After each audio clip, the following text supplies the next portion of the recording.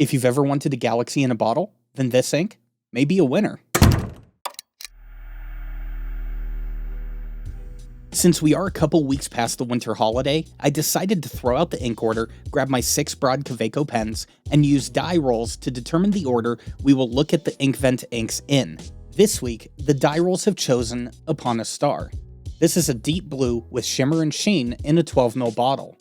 While I'm on record in multiple videos stating my displeasure about the bottle opening being too small, I've got to admit that it actually works quite well with these Kaweco Sports.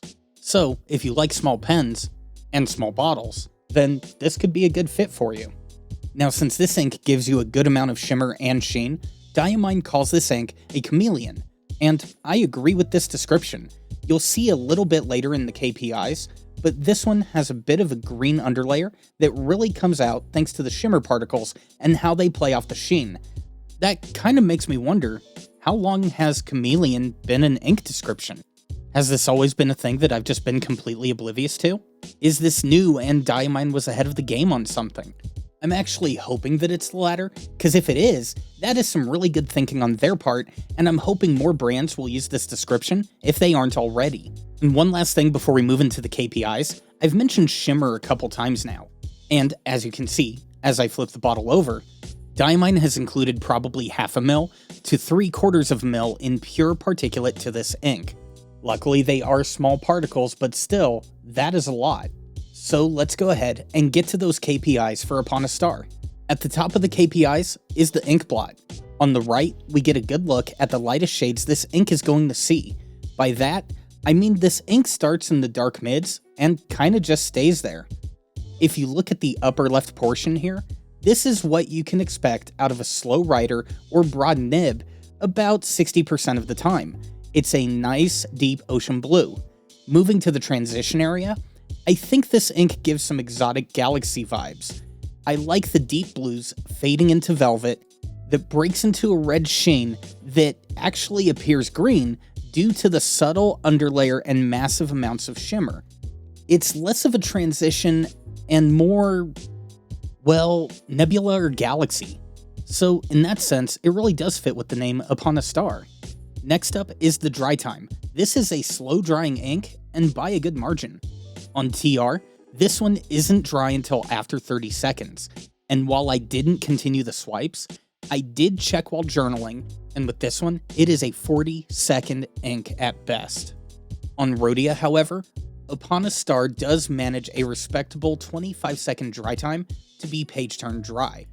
So long and short of it, on TR, this is a 1 page per minute ink, and that kind of relegates it to journaling and not much else, at least for me. Now I'm hoping that the longer dry time is somehow going to equate to a better water test, so let's find out. Already, with water on the page, I'm finding myself rather concerned, and that concern is warranted.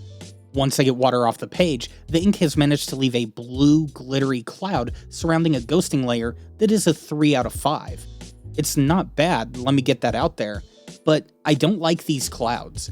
If you aren't very particular in how you dry the page, that cloud could make it much harder to recover what you wrote. Now with those base KPIs out of the way, let's take a look at the writing samples starting this week on TR. I hope you like deep blues with a lot of sheen and a good amount of shimmer, because that's what we have on display here. It's not a bad look, and I also like how the shimmer particles pull the overall sheen towards a false green.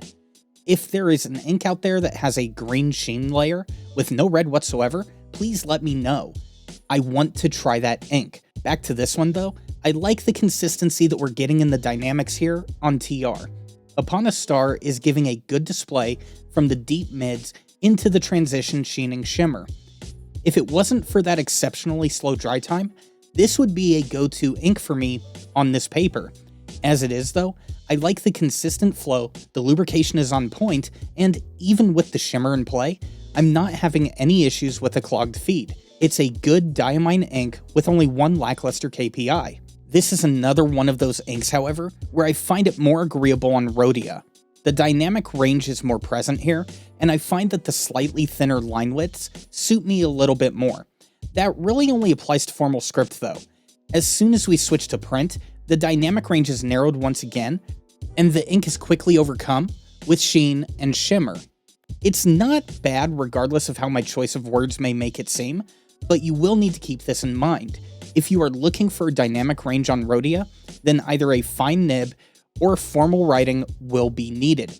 If you are looking for a deep blue with a red sheen that comes off green because of the shimmer, then this could be a good paper and ink combination for you. I'll have to double check with some of my other shimmer inks, but I'm finding them to be far more situational than my mainline inks are, and I don't really know how to feel about that. As for this ink, even though it is situational, I find it good enough and well behaved enough to add into my ink collection.